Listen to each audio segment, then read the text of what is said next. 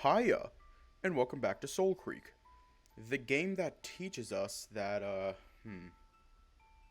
Hiya. The game that teaches us that, uh, I'm just gonna say the description that in the latest upload of VOD, the game that basically confirms that almost all visual novel love interests are gay in some way, shape, or form. So anyways, let's just hop right in.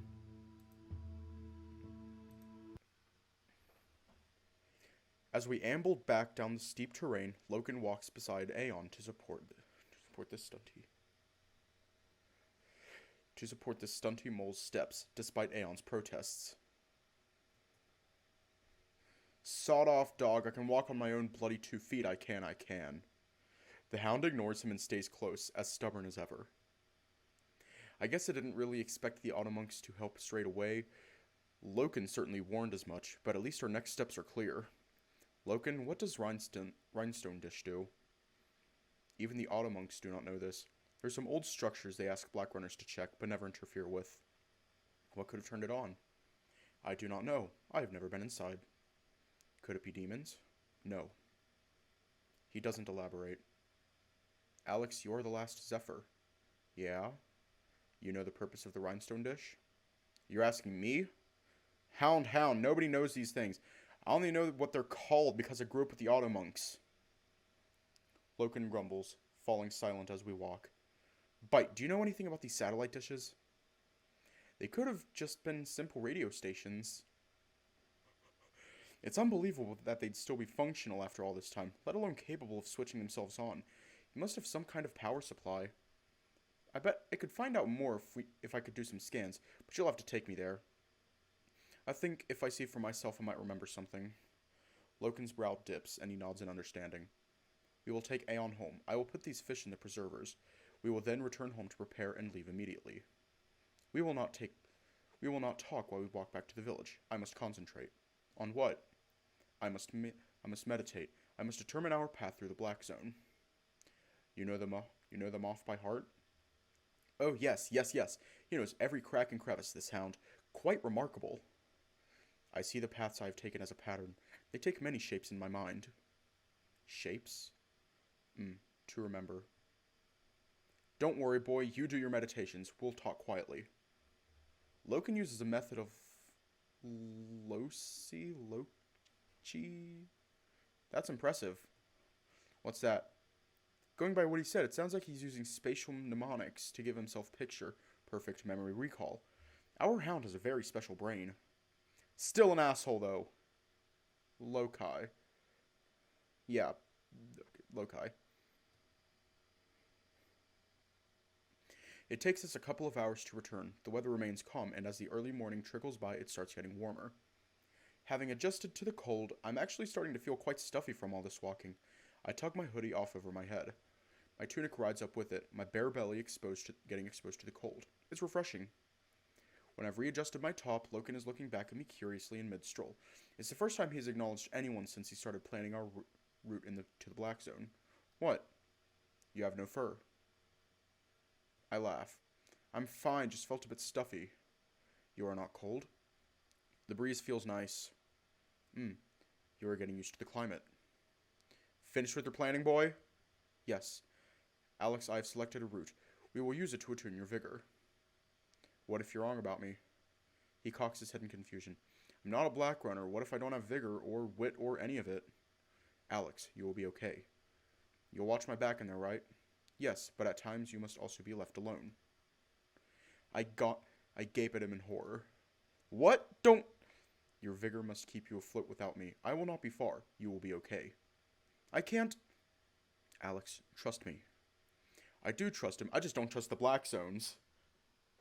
Well, boys, I'll take the detour back home. We'll walk you there. No, you boys have a task to do. Go do it. I can get back to my hut just fine. Aeyon. No arguments, hound. Go tell your chief you're going, then get gone. The mole points a spindly claw at us both, brows growing tense above his goggles. This task is important, you hear me? Alex's appearance is important. I believe it could be the start of something bigger. Like it or not, we'll need the Automonks on our side, so get this done. You hear me, Hound? I hear you, Aeon. Good. You better keep him safe, Loken. If you insist on training him, do it wisely. Hiya. He will be safe. Good, good. When you're done, come find me. We'll figure out our next steps. Safe running, Loken. Safe running, Alex. Thanks, Aeon, for everything. The stunted mole waves an arm in farewell as he turns and waddles down the hill in the direction of his hut. Loken and I watch him go, silent. Only the breeze speaks, whistling gently. You did not tell him? My mouth twists uncertainly. You do not trust Aeon? He is good. I think I do, but yeah, I'll tell him about Bite eventually. Loken affectionately squeezes my shoulder, nudging me to keep moving to the village. He started touching me more and more. He knows that I like his affection, just as he seems to like mine. You think he will judge you? If anything, I considered telling him before telling you. You just figured out by yourself. But you are still not telling him? Not yet. Soon, maybe. He looks confused. I just shrug. If people misunderstand what Bite is, I could be in danger. Loken hums in agreement. I'm still coming to terms with the fact that you know. It's enough for now. Alright, when you are ready, you will tell Aeon. It would help if you trusted Bite a little more. The infamous scowl returns. No. Come, today. We are Black Runners. We have a task to complete. And off he goes. I follow, grumbling. Maybe Bite can prove him wrong today, somehow. When we arrive at the village outskirts, Loken halts suddenly. His nose twitches in discomfort. What is it? A familiar scent. He breaks into a jog towards the clan, immediately on alert. I jog after him.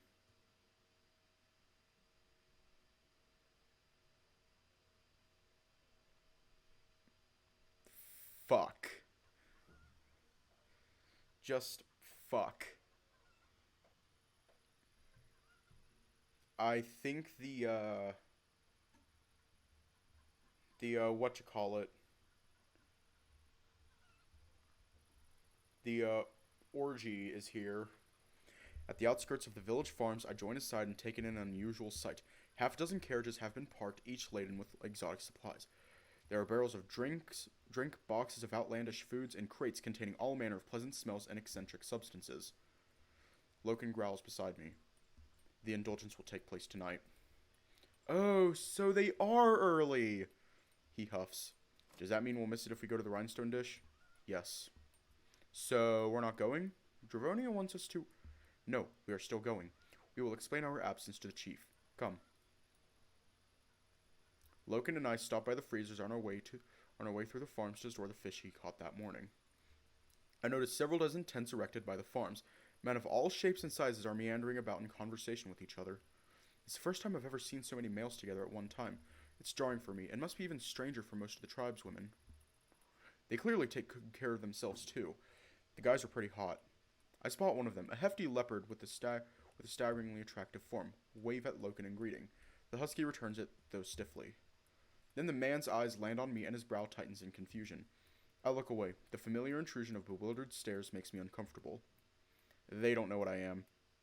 You are mine. That is all they need to know. I scowl at him with a sideways glance. We've been in a public space less than a minute and the mine behavior has already started. I really want to figure out what's behind it because his issues seem really deep. You okay, big guy? Yes. I'm not your property, remember? Relax. He falters and quickly takes a step away from me. I am sorry. It does not mean that. I move closer to him, reclosing the distance between us. What are you worried about? He stares at me, unsure how to answer. I promise I'm not going anywhere, okay? What's on your mind? Perhaps it's too soon to try and discuss his troubles.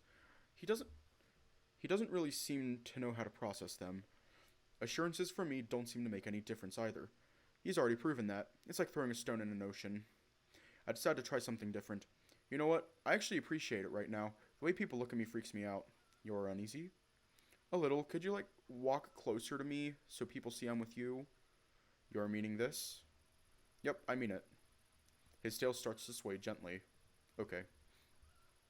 He steps even nearer to me. Our arms now begin brushing against each other as we walk. This is too close. I snicker. This is fine, but as soon as I need space, you need to back straight off again, okay? I will do that. Thanks, I feel better. I bump playfully sideways into him. He does the same, almost throwing me off my feet. I recognize that he can't just stop, but maybe letting him act possessive on my terms for now could be a step in the right direction. It might just make things worse, but it's something. I don't know what else to do. I have to lay down some boundaries somehow. The village feels abuzz with excitement. The troop mingles with the Draconi crowds, speaking of their travels or how the other clans are faring. Everyone seems weirdly laid back. I gesture around at the scene, the men and women casually engaging in idle chatter, heedless of the event that will follow. I mean, wouldn't it be awkward if you were in a mating troop? Like, what are you supposed to say to people when you roll up at their camp? I put on a tough, brutish voice. Yo, I'm Alex, and I'm gonna be balls deep inside you and all your friends later tonight, so how's the weather? Loken smirks at me. All Zephyr are shy? No, we just don't bone each other senseless in the streets. Because you have no fur? It was too cold in the streets of stone and glass. He shoots me a teasing grin. My eyes roll. You know what I mean. The indulgence would have helped you all stay warm.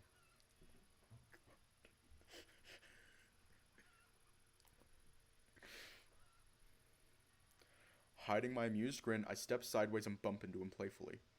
Funny. Funny dog. Hound. Whatever. I'm enjoying the husky's humorous side. It's a welcome break from his usual severe conduct. There was no mating for the Zephyr? What do you mean? There was no indulgence? The Zephyr did not mate? I almost laughed. That's a hell of a conclusion to jump to. Just because we didn't have the indulgence doesn't mean we didn't hook up at all. People dated. Most of the time. Explain. Like, you'd get to know someone and become a couple in a relationship. Explain? I frown, not sure what he's confused about. If there was someone you liked, you get to know them. Casual sex still happened too, but it wasn't like openly celebrated all at once. I see the cogs grinding in Loken's mind. He really doesn't get this? Humans are all modest? No, we're not. You guys don't have relationships at all? I'm confused. This is not mating? No, but like dating, couples, long-term relationship, nothing like that? Lovers made at the indulgence. So there's no marriage or anything here. And there's the look again. Is the indulgence literally the only courtship process here? Or is it just the language I'm using? So if two people get together at the indulgence, that's it? They don't stay together? When the night ends, the mating troop leaves. Lovers do not stay together. I assume he uses the term lovers as something more casual than what I'd associate it with. What about, like, if they don't leave, would you, stay with someone after? You know, keep mating with them? Form a bond? Bond? I do not know. This is rare. Wow. We're more different than I thought. Maybe flirting with him is a bad idea. It'll just lead to misunderstandings. There are more men within. They glance at me warily and whisper to the women for an explanation. I'd rather they just ask me themselves instead of staring, but I imagine Loken's covetous glare is somewhat off-putting. It doesn't take us long to find Dravonia amongst the crowds. We will make this quick. Come. Still pushing me forward, we march over to the chief. She's in mid-conversation with one of the males. My chief? The saber-tooth turns to us, eyebrows raised. Loken, Alex, good you're both here. I need you to check that the troop has settled in. Also, Loken, can you check in with the school? Loken frowns. The children are okay? Several of them were caught sneaking off to go zone baiting. I want you to address them. The children are still doing this? The who can stay in the black zone the longest game? They seriously need to cut that out. The hound crosses his arms. It is unlikely they will be harmed. The black zones are passive. Zone mating is done at the borders. Demons are found further within. That's not the point. You stated your expectations and the children have ignored it. So there needs to be consequences. I will apply appropriate sanctions, but I will not address the class until tomorrow. Why is that? We're going to a black zone. We came to tell you. We will not attend the indulgence. You can run another time. We don't need supplies right now. Explain. The auto monks have requested a black runner for a task. We have answered. Ah, in that case, you're excused. Keep the auto monks happy under all circumstances. It's good to know where her priorities are. It's no consequence. The troop are tired, so I've negotiated an extra night of accommodation for them. You won't miss the indulgence. It'll be tomorrow night instead. Beside me, I can feel Loken deflate irritably. Chin up, Loken. You're not expected to take part, but you're too well known in the face to be missing. Your absence would be noted by the troop. Word would spread. Just enjoy yourself. I do not enjoy the indulgence. It is loud. The drums are loud. The people are loud. They drink too much and shout. Loudly. Here, I have something that will cheer you up. Loken's eyes narrow suspiciously as Dravoni appears past us and whistles. Loudly. Loken flinches. Do I need a censor? I feel like I might have to.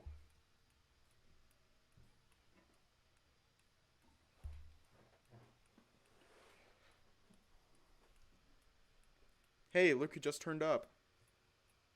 The person she calls to turns around. He's part of the mating troupe. Oh, okay. He's a white tiger, a stunningly good-looking one. His physique is sculpted well, and his appealing stripes make him stand out amongst the crowds. Now, I think we'll be fine for now. For some reason, he seems really familiar.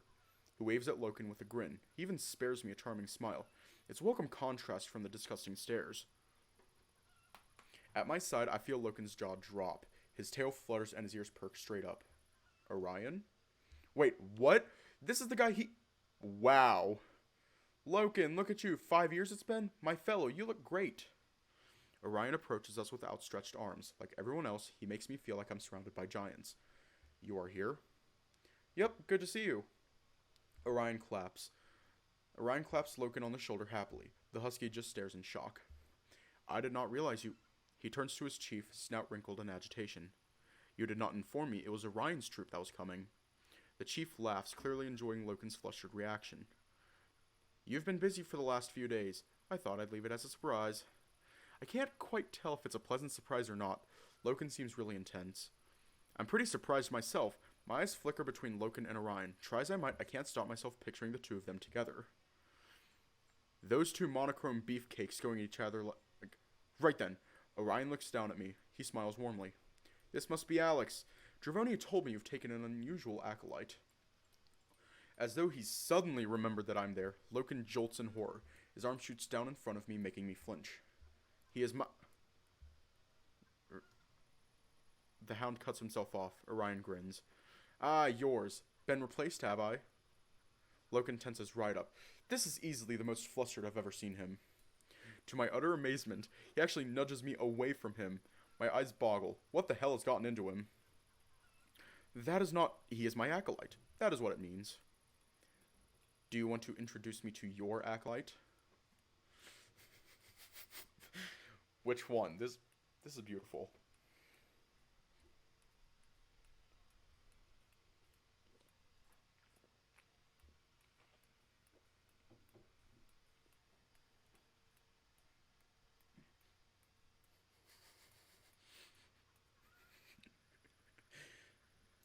Curious how it's going to go down.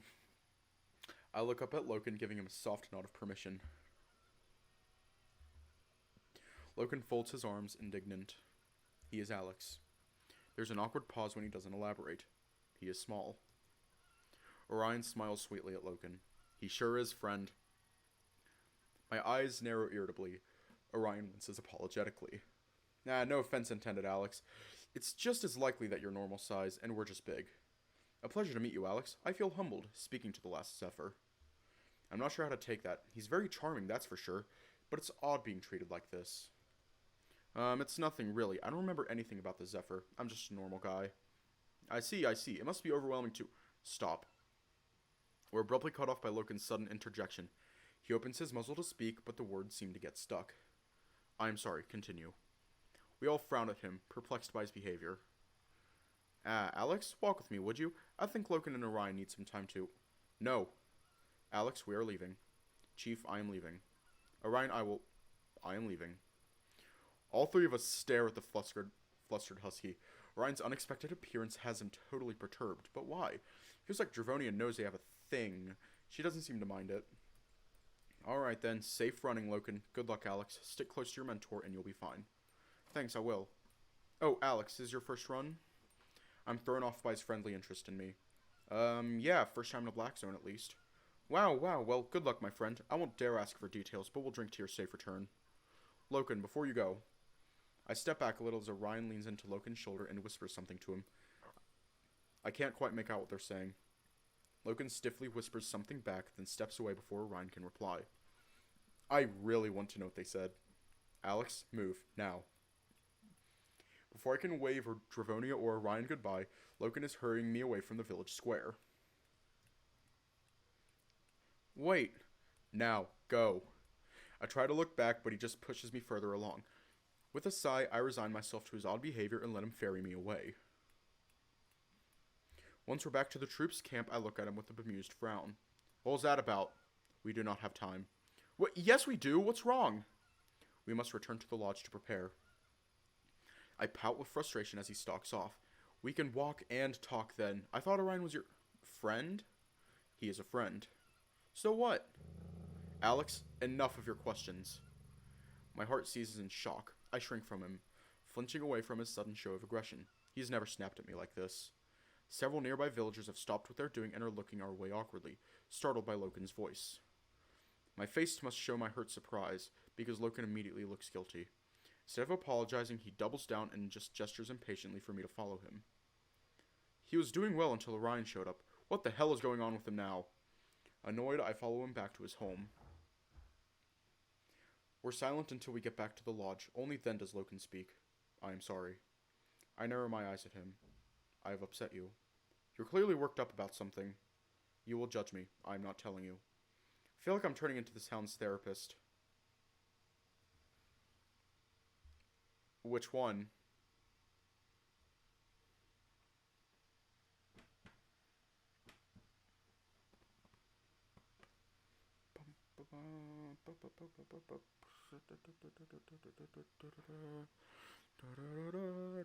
Okay. You lost your cool pretty bad back there. What's the problem? No. I won't judge you, Loken. Just tell me what's wrong. Did I say something? It is nothing you have done. Then did you not want Orion to talk to me or something? That is not it. Then what? No. Should I just let this go? I feel like he needs to learn that he can't avoid his issues by being stubborn with me. Which one?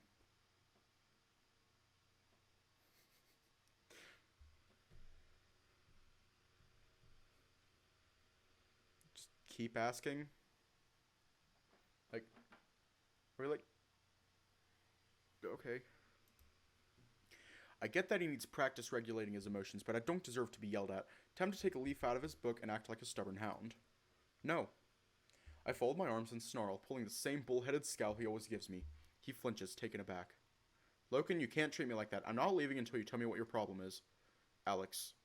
I plant my ass on his bed and maintain irritated eye contact. He tries to out-scowl me, but I stand my ground.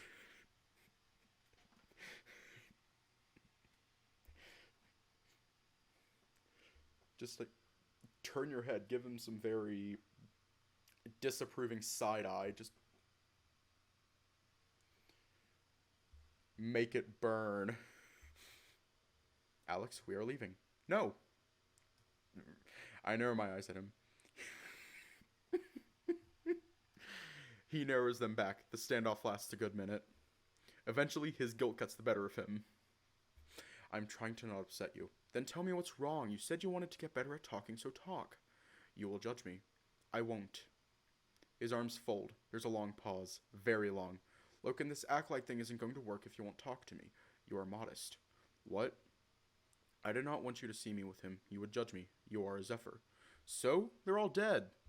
But you are modest people. I do not want you to judge me for having been with him. I am not modest like you. I groan. That's it? God, he's so black and white, literally and metaphorically.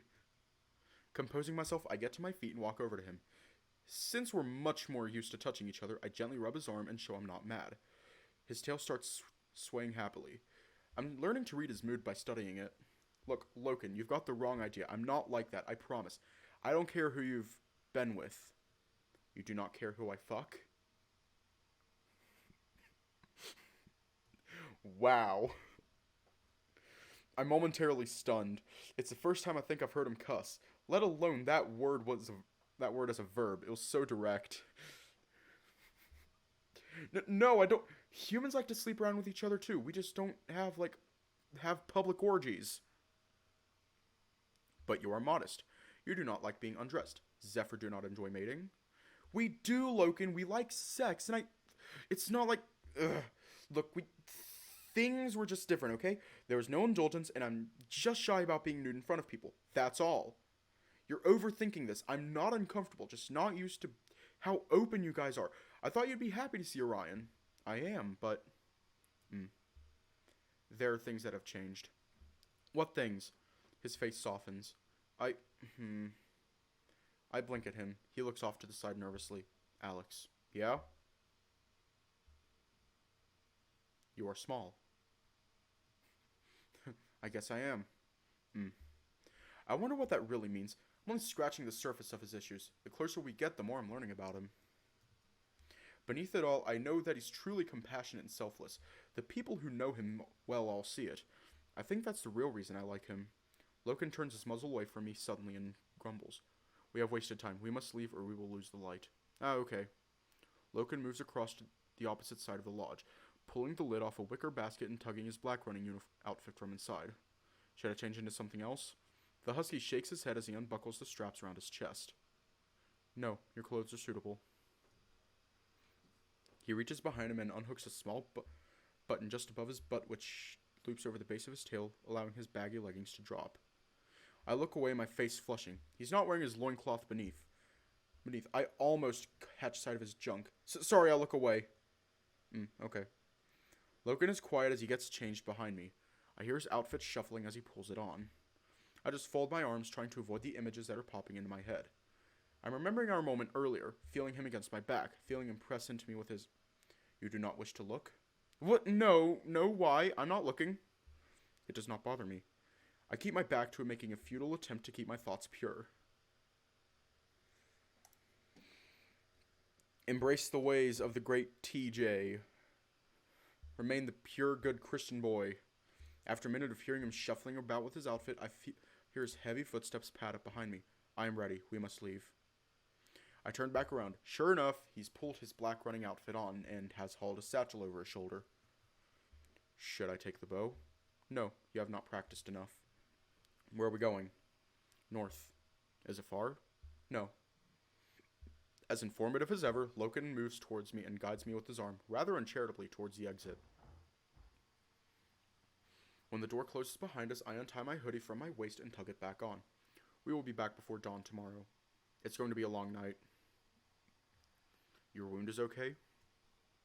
I slip my hand beneath my shirt. My fingers graze the scarred flesh gingerly, but I feel no pain. It's fine. The salve worked really well. Then we will test your stamina. We will run through the woods until we reach the border. I don't think I can keep up with you. Try.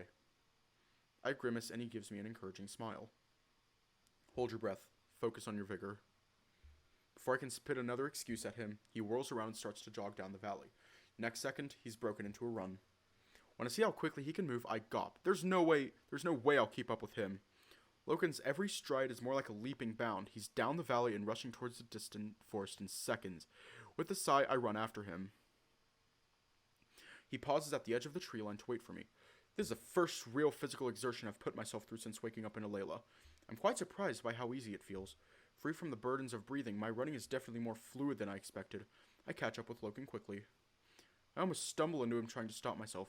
He has to catch me with his arm outstretched, his expression lukewarm. Again, control yourself this time.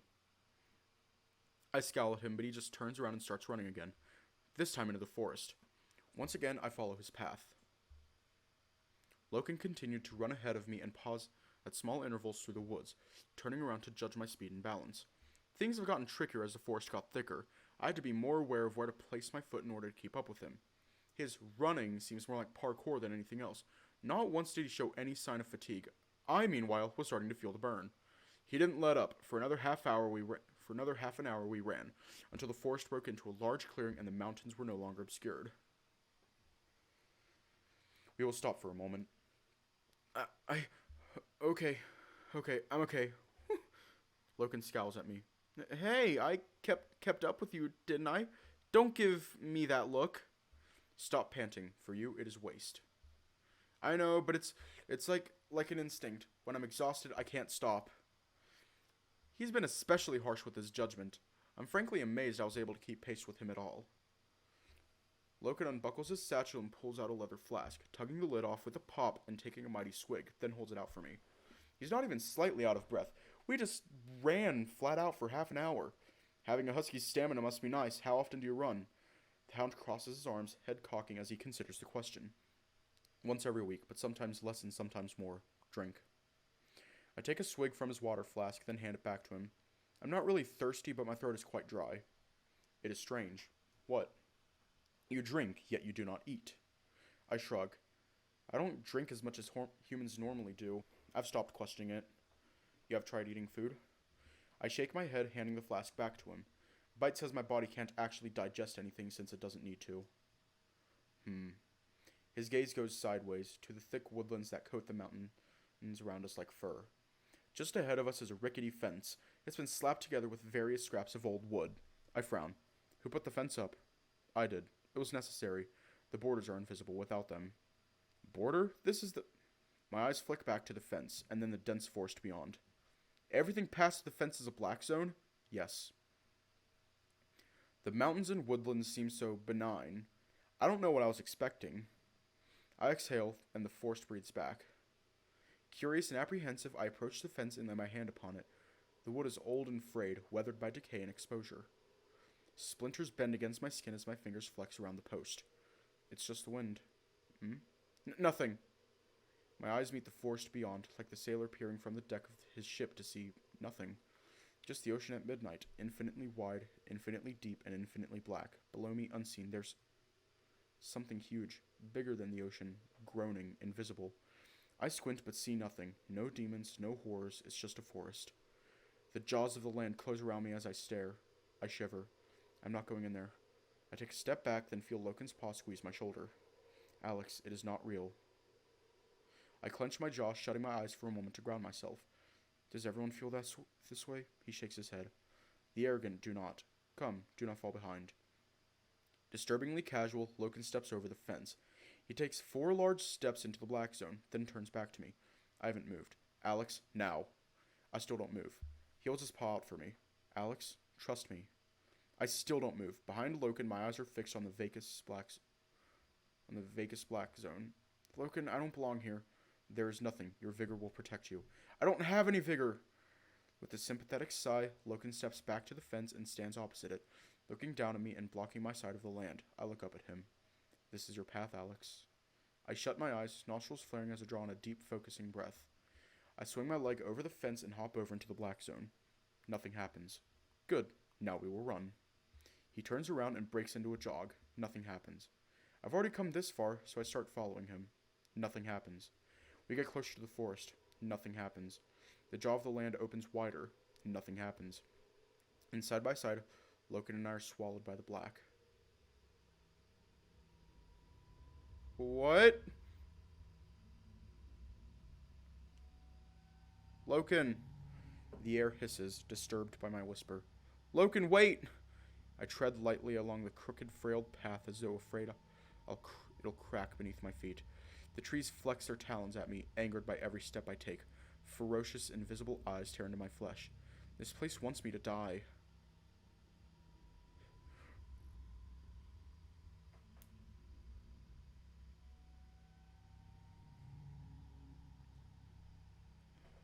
What kind of Slender the 8 pages bullshit is this?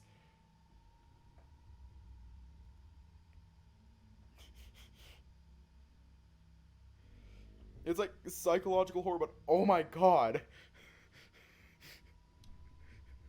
This is just wow. Ahead of me, Loken turns and waits for me to catch up. Here, the hound is in his element.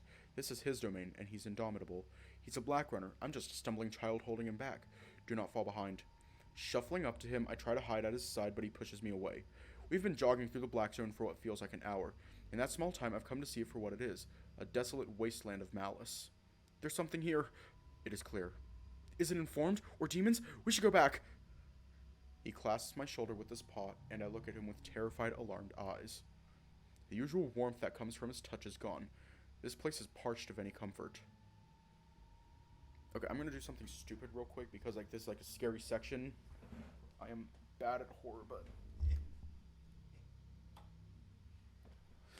lights are off. I just turn the lights off. The usual warmth that comes from his touch is gone. This place is parched of any comfort. There is nothing. Drain your mind of color. It is a forest, Alex. Only this and nothing more. He lets go of me, the fuzzy wisdom offered leaving me no less disturbed. Something is following us. I can't do this. You will. Do not fall behind again. The husky shoves me forward. I stumble, but break into a nervous run at his side. He keeps stride next to me, eyes fixed forward. The watchful eyes of the forest give chase, silently laughing at my apprehension. Bite, scan. Again? Alex, there's nothing out there. You're way too tense for accurate results. Just do it. Look, I'll carry on scanning for audio anomalies in the background. Just keep running. I'm constantly expecting to see shining, serrated metal creatures leering at me from the trees. Ahead of us, I see a rundown structure that floods me with foreboding.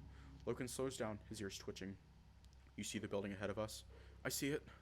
We will search it for salvage. My face pales. Something might be in there. There's nothing. Come, focus on me. He takes off, swallowing my fear. I chase after him with eyes fixed on his fluffy tail. Soon, a zephyr dwelling comes into view.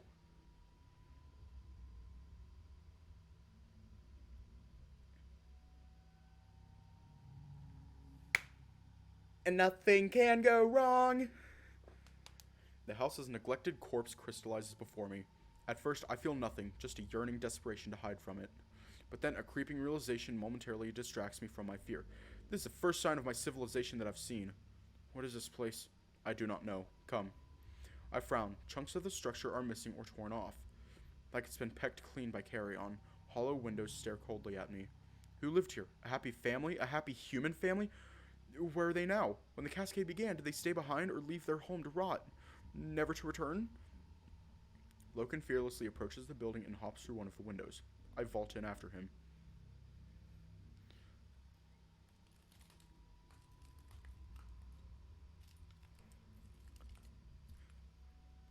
What the fuck? What the fuck? My boots crunch broken glass as my feet hit the ground. A foul stench oozes from walls, like stale water that drips from a rain-washed carcass. I will look upstairs. Don't leave me! You must spend time alone to attune your vigor. Do not speak with Bite, or you will fail. I will not be far. Do not leave this building. Stay within these rooms. I'm not thinking straight. Deep down, I know why he wants me to be alone. To stand on my own 2 feet in this vacuum of dread. I creep back over to the window, peering nervously back outside. There is nothing. But is there? What's lurking behind that tree? Or that forest? What sneering, mocking faces will I catch in my peripheral vision when I'm least expecting it? There's something out there, watching me. It's following us. I know it. Alex. Huh? I can't focus. Drain your mind of color. I don't know what that means. He looks momentarily irritated, but then his face softens. I will use different words. Alex, you must focus only the task.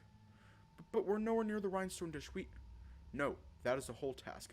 Focus only on the small task in this moment. You are looking for salvage within this building. That is the task. Only this and nothing more. When your mind wanders, bring it back to the task. Blur all other thoughts, only the task. I grit my teeth and try to push through the fog of paranoia clouding my mind. What am I looking for? Use your wit. Anything you deem valuable, you take. Won't other Black Runners have stripped this place already? Perhaps, but there is always more. He moves off into another room. Unlike my footsteps, his bare feet are almost completely silent.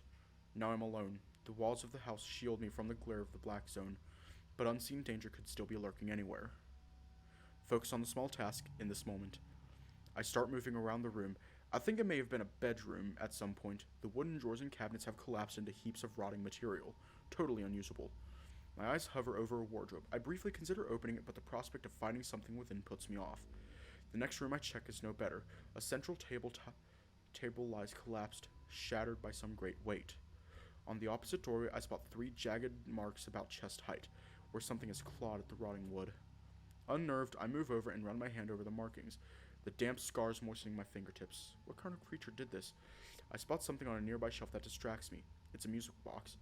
I gingerly take it down and place it on the shelf on the palm of my hand like I've rescued an abandoned newborn babe from the wilderness.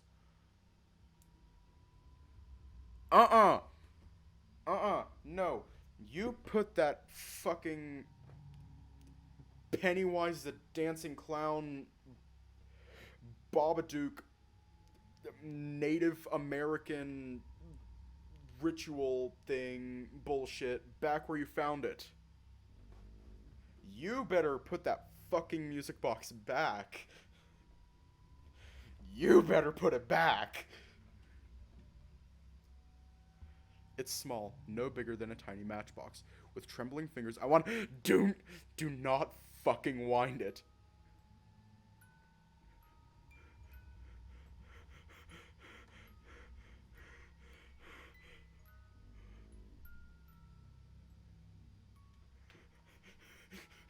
This is it. Final thoughts, final moments before death. Famous last words. Hey, here's a good idea. Let's take this.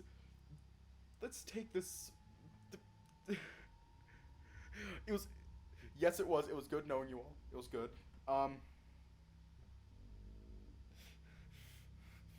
This is some Stephen King level bullshit. You put that Stephen King.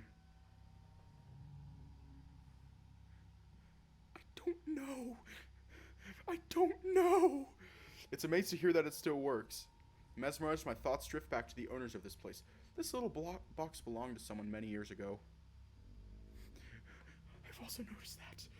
Where was I when they died? Trapped unconscious inside a pod, hibernating for hundreds of years whilst everyone else was slaughtered? Why was I saved? What happened to me?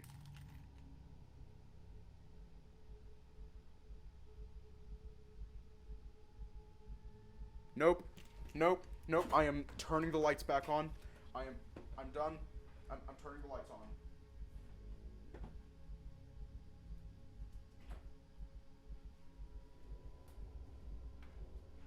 I am turning the lights back on. I am...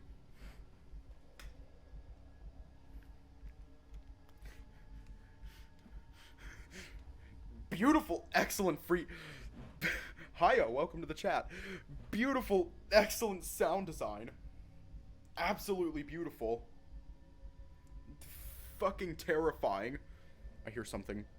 I almost dropped the music box in my horror. Right next door, the room I came from, something moved. Logan? I hear it shuffle around again, dragging its feet through the broken glass.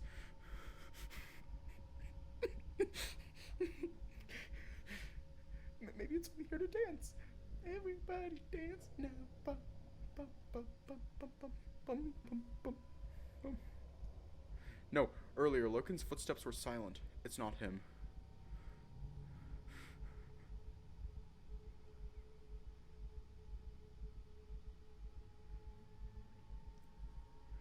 I'm gonna need some not scary shit up. Where is it?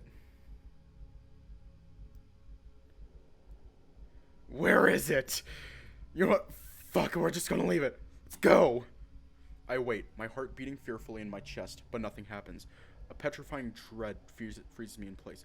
It's the black zone. Something chased me inside, or... No, I'm being crazy. It was just the wind. I take a step towards the door where the sound came from. Ominous silence follows. Logan. It's Logan. That's all it is. I consider running, but what if it hears me moving? I take another step. Nothing. It's just Logan. Nothing to be scared of. With only one step left, I press myself to the wall and peer, my body tense, my heart racing.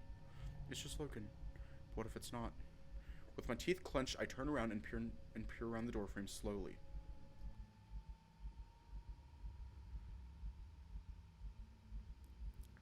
Ah, yes, it didn't go wrong. Ah. I jump in shock, then breathe a sigh of relief. Fuck, you scared me. You are okay? Yeah, just got freaked out. I breathe into my cheeks to soothe myself, still clutching the music box tightly in my hand.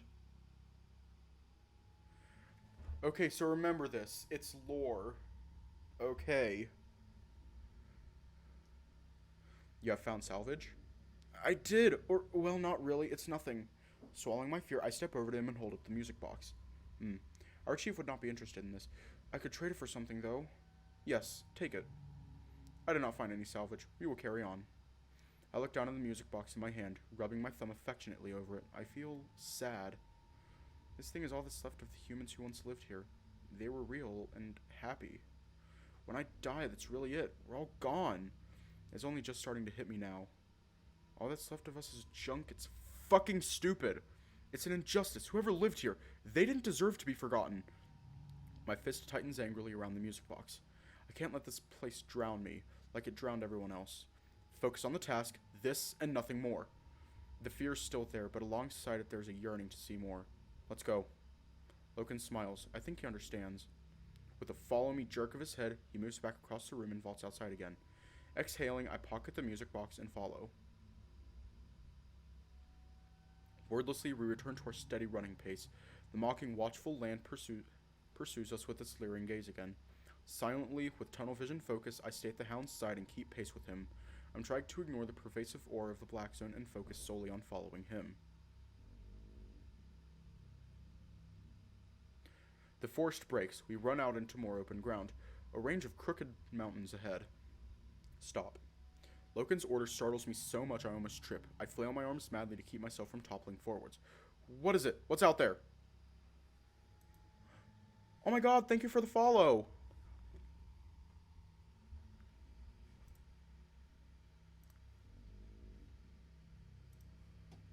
What is it? What's out there? His snout is pointed upwards, taking short sniffs of the air. It is clear. We must ascend the mountain.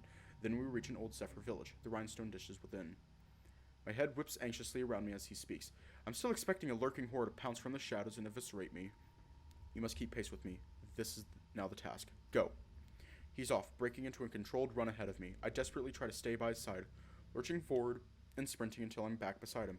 He is no longer holding his speed back. Our joined footsteps stab at the eerie quiet, provoking the emptiness. We begin to sprint up a steep incline with a short wall of sharp rocks on our right. Loken suddenly leaps onto the rock wall, effortlessly climbing from one stone to the other.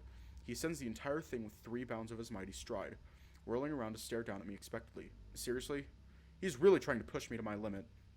Focus on the task, this and nothing more. I try to follow his route up the rock wall, but I'm much slower. The sharp rocks dig into my hands, leaving my skin red and tender. When I finally reach the top, Loken has turned around and continued to run before I've even got to my feet. Oh, give me a break. He's not even tired. Don't just stare at him. Keep going. He's testing you, remember? An arrogant mountain stands ahead of us, but Loken effortlessly navigates us beneath its imposing presence. The woods have given way to spiteful cliffs and sharp, fatal heights. How are we supposed... We climb. You've got to be kidding me. Follow. He sprints towards the cliff, paying my disbelief no attention whatsoever. Loken runs through a gorge nestled beneath the sleeping mountain, his mighty strides taking him higher and higher onto haphazard boulders and jagged terrain. Here I see the peak of the husky's athleticism. He handles the difficult ground beautifully, the flow of his motion never slowing nor faltering. Eventually, the terrain becomes so jagged that he's half running, half climbing. He effortlessly leaps upon cliffs, vaults up treacherous stone, and ricochets from boulder to boulder, all in smooth, fluid maneuvers. His free running is so fluent the stones and cliffs seem to part in reverence to him. I've never seen anyone move like that. He's been doing this all his life, remember? This is your first day. All my focus is going on keeping pace with the assiduous hound. I'm focused on the task, nothing else. The fear of leering faces and stabbing eyes seems laughable compared to the strain Loken is putting me through. Is this my vigor finally kicking in? I barely remember that I'm still inside the black zone. My efforts to keep pace with Loken reach a dead end when I reach a rock wall in the gorge. Water bleeds from the top and falls into a vast, hungry lake below. With zero hesitation, the husky jumps at the sheer vertical cliff and hooks his paws onto it, leaping and taking bounds upwards like a primate. I gawp at his breathtaking agility. Loken makes the perilous climb in only a few moments, leaving me staggered down below. He seriously expects me to do that? There's no way. I'm going to have to cheat. Bite, get us up there. Scanning for a route. 1 moment. Got it. Here. There. Follow that path. I'll control your movements for the trickier jumps. Okay, together? Together. Bite's guiding impulses kick mid-flight as I run at the cliff, wiring my mind with precise instructions. I leap onto the jagged rocks and climb to it. Bite's guidance is flawless. We start to climb. My hands start to sting as the stones cut into him, but I ignore the pain.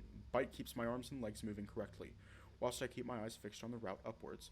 Just don't look down. Bite knows what he's doing. Just don't look down. Together, it doesn't take us much longer than it took Loken. We roll onto our feet as we reach the height of the cliff and land on solid ground. We did it. Keeping my momentum going, I sprint back to my feet and continue to bound forward, barely looking where I'm going. Ah! In my enthusiasm, I almost run straight off another sheer drop. Loken's arm jumps out in front of me, blocking my path safely. Stumbling backwards to safety, I rein myself back in and look at Loken. He's perfectly calm, still as a statue, staring at the scenery before us. Look at it. I do so. From here, we have a clear view all around us.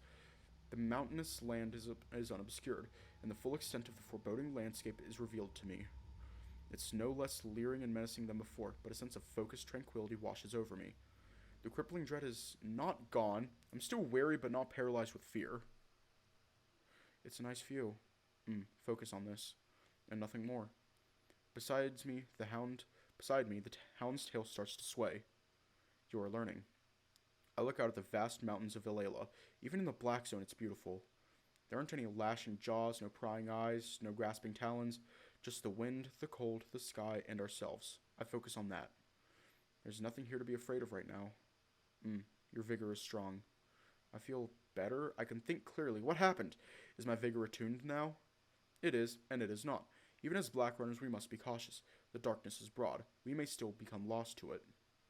To run to zones is a meditation. It is one small step, and then another, and then another. Some black runners attempt the larger steps. They may stumble. For this, there are consequences. Even with the risks, we must walk the unknown that others cannot. Why? If we do not, all will be forgotten. Even if the clans believe they want this, they do not. I look back out at the scenery. I don't really understand, but I think I'm supposed to. So, demons are definitely real, right? I don't see any. They are real. You will hear them. They are very vocal. Be wary of their tricks. They make sounds to intimidate their prey. As he explains it, I think back to the limb he has in his lodge. My mind dwells on it. I wait for the freakout to come. It doesn't. I'm fine. How do I kill them? You do not. Then how do I escape them? You flee. I nod in understanding. We are close. Zephyr ruins are over the next hill. The rhinestone dish is just beyond that. You are okay? My brow tenses. I wouldn't say I'm okay, but I'm learning to breathe through the suffocating horror exuded by the black zones. Yeah, let's keep going. Loken nods proudly at me. He gently pats and squeezes my shoulder as he passes. I smile when I feel the familiar warmth of his touch once again. It's back.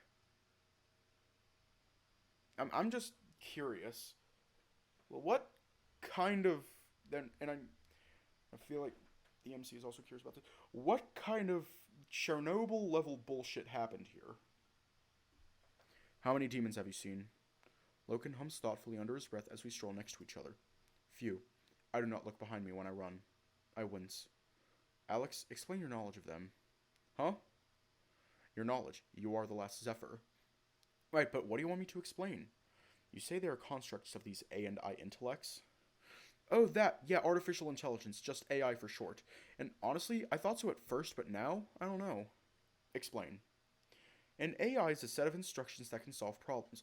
Really advanced AI might be able to, think, talk, just like Byte. I'm confused. So remember how we could create a mind? Same way we might paint a picture. Now imagine I put that mind in a body made of metal. Loken's muzzle scrunches up in distaste. You are talking nonsense. Just hear me out. What if that AI I just created decided to rebel? No, the Zephyr did not create these demons. He won't even entertain the thought. But Loken, in my time, demons were just myths with lots of different iterations. They're not real. I think it just happens to be what you guys decided to call... No. I ponder his stubbornness curiously. Why are you so sure? An A&I intelligence is a mind created, as a picture is painted? Yeah? No painter could create this picture. They would die. I blink at him. But they did die, Loken. We go quiet for a moment. Well, even with my theory, I still can't explain how they mess with your head. Do not try. That is the path of the informed. Well, there might be a logical explanation, unless... A thought occurs to me. It's something I've slightly pondered for a while. Is magic real here? His face tightens. Magic, like the supernatural? Explain. Like, things being possible that shouldn't be. Natural order being manipulated. You are talking nonsense. I roll my eyes. I guess that's a question for Aeyon. Okay. Thank you, Alex, for your thoughts. It is as I said, you have much to offer. Alex, you believe... He trails off. What? It is a fantasy. Tell me. Loken blushes. You believe they can be stopped? What, the demons? I laugh at the absurdity of it. How the hell would I know? I have no idea, like, none at all. The Zephyr ruins are behind this hill.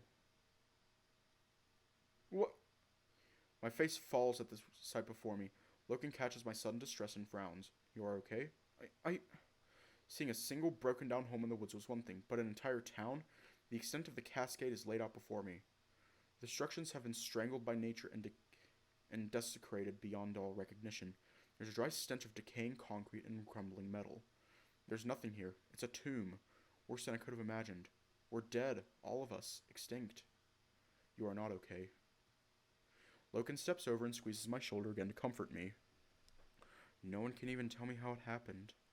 It was a long time ago. It's only been 3 days for me. My people are dead. Look, everything's dead. How? How did this happen? Loken despondently withdraws his paw. Sorry, this is just a lot. I thought, since you have no memory. Loken hesitates uncomfortably. He has no idea how to console me. They are just buildings that contain salvage. Only this and nothing more. Only this, nothing more? That's all we are now? Trinkets and rubble? Something that he says stirs a spark of anger within me, not at him, but at the cascade. They didn't deserve to be forgotten. He tilts his head sideways. But we must be cautious with what is remembered. There may be consequences. My fist clenches. Nobody even wants to remember us. They're too scared. How the hell did this happen, Loken? It's not fair. I want answers, not just for me, but for everyone. Loken gives me a sideways glance. His seemed to narrow very slightly. Come, we must complete this task to earn the support of the Automonks. We have time to search for salvage too. Together, we trek down the hill and into the ruined Zephyr town. A sense of abandoned melancholy lingers. Loken and I tread through tightly packed factories, all of it smothered by ruin. The town is a skeleton. Walls are smashed in and out. Roads are cracked beyond traversal. Rust and rot have crept around every neglected building and post. We move side by side in pensive silence. Our footsteps crunch on the crumbling cobblestone. The wind sings a haunting tune. Loken seems tuned into his surroundings, his ears flicking and his eyes sharp. You are recognizing things? Somberly, I shake my head. Bite can probably tell us. No. I fix him with a weary glare. He can scan things, otherwise we'll never know. He will lie. I shake my head, frustrated. How can I get him to trust someone he can't see, hear, or understand? My gaze goes skyward to the tallest structure, somehow still standing after the cascade. What can you see, Bite? A boring mutt with a shitty attitude. Brilliant. Now focus. Tell me what happened here. Well, this town had a large industrial estate. There would have been a lot of people working and living here. I'm seeing external and internal detonations, ammunition casings with incendiary burns. There's evidence of blockades being built in the streets. There was a last stand here, so the cascade was violent. Going by what I see, it's possible the Zephyr didn't just vanish. They were massacred. There was a war. You know this? Loken looks at me, his pace remaining constant. There are signs of a battle. I think my people were exterminated. The Husky scowls. War makes bodies. There are none. Human remains from the cascade have never been found. What about the skulls Aeyon has? He determined those to have been buried before the cascade begun. 2,000 years at least. My face scrunches up in confusion. When demons kill, what do they do with the bodies? Loken looks uneasy. Sometimes they are taken, sometimes they are left. Other times they are displayed. You believe the cascade was caused by demons? The Zephyr would have hidden outside the Black Zones to escape them. Maybe they did. I assume that's how people survived. No Zephyr survived the cascade. Well then, who formed the clans? Were bipeds part of the Zephyr? The formation of the clans is beyond memory. You did not mention this war before now? That's because Bite only just figured it out. And there's a scowl. No. Yes. His throat rumbles.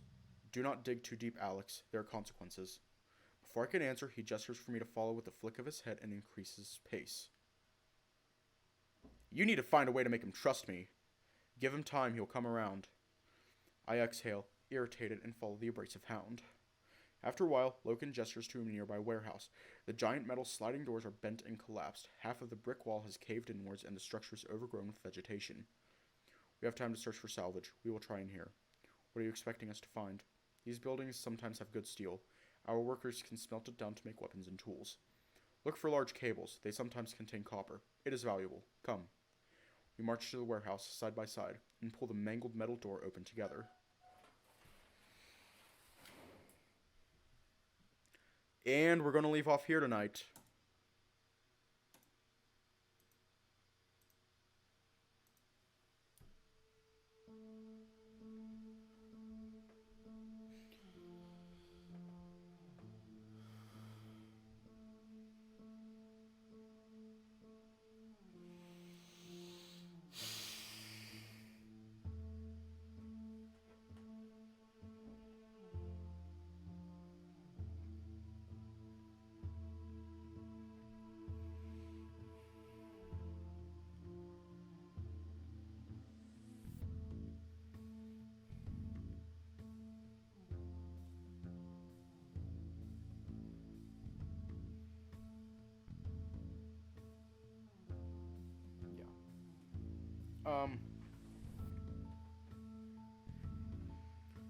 Thought occurred to me. Hi, welcome to Soulcreek, the game that teaches us that an AI that can scan literally everything isn't trusted by a husky that knows literally nothing because ignorance is bliss.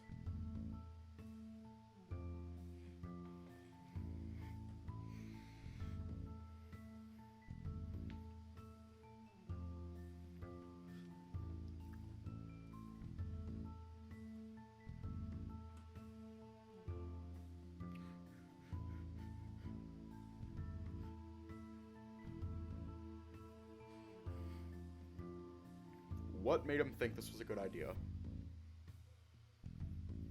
What the ever actual fuck made Loken think that this was a good idea?